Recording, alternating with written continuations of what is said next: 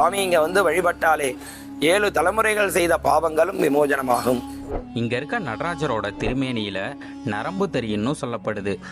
அதனால்தான் இங்கே உள்ள நடராஜருடைய திருமேனியில மானிடன் போல் மச்சம் மரு தழும்பு ரோமம் நாடி நரம்பு தெரியும். ஜாதகத்தில் ஏற்படக்கூடிய எப்பேற்பட்ட திருமண தடையும் இங்க வந்தா நிவர்த்தி ஆகிடும்னு சொல்லப்படுது.